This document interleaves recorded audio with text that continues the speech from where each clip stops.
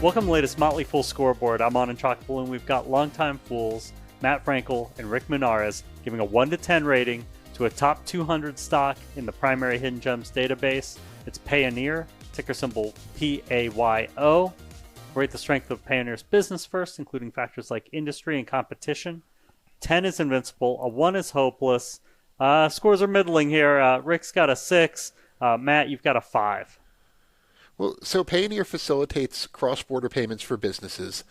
They have it's a pretty solid model. They get some fee revenue. They hold billions of dollars in reserve for their customers and get interest income on that.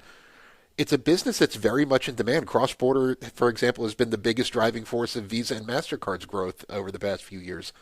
But it's also a more disruptible industry, and it's becoming more disruptible. For example, I know it's not a direct competitor, but SoFi just rolled out cross-border transactions that anybody can do through their app with minimal fee through the blockchain.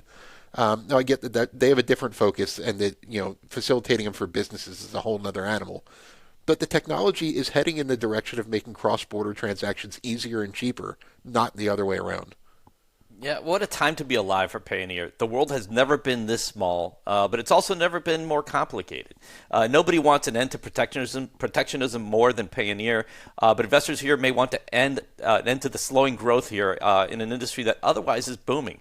I get the name is a play on pioneers, but things weren't pretty on the Oregon Trail, and there's a fine line between dysentery and disinterest.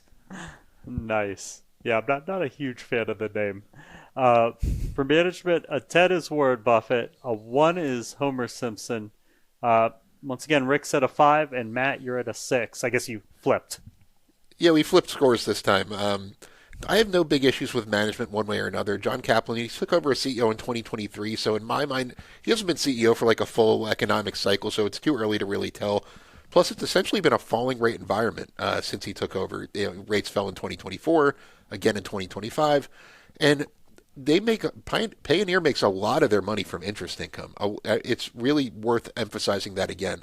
And so it's really tough to blame him completely for the slowing growth metrics we've seen. The actual payment volume is growing a lot better than the top line indicates. Yeah, so Kaplan, he was a co-CEO for a year before coming in as CEO in early 2023, as Matt said. But before that, he was the regional president of Alibaba. So he does have the pedigree there to make it happen.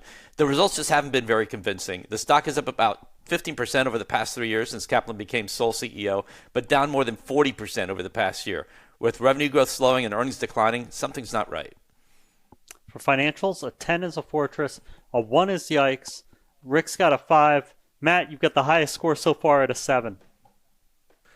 Yeah, and this is, I mean, they have an excellent balance sheet. Payoneer has $479 million in cash, no debt whatsoever. They hold almost $7 billion in customer cash on their balance sheet and get interest income from it. So they're making money from other people's money without any risk on their own, which is the reason, and that's the reason for the slowing growth we've been seeing, not necessarily the payments business itself. So I give it a 7. This was my most generous score, as you pointed out. Yeah, so revenue growth is decelerating for the 4th year in a row. What was 37% top-line growth in 2021 has slowed to 33%, 32%, 18%, and now 9% through the first 3 quarters of 2025. It also missed analyst profit targets in its latest quarter. If other global payment platforms were showing this kind of negative trend, we could write it off as an industry problem.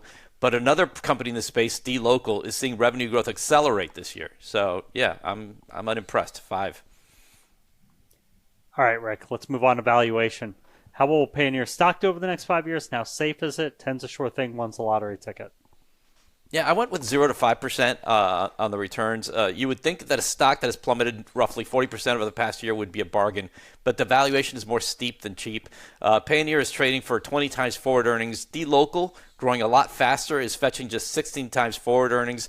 I was generous with a 6 for safety because it does have a cash-rich balance sheet.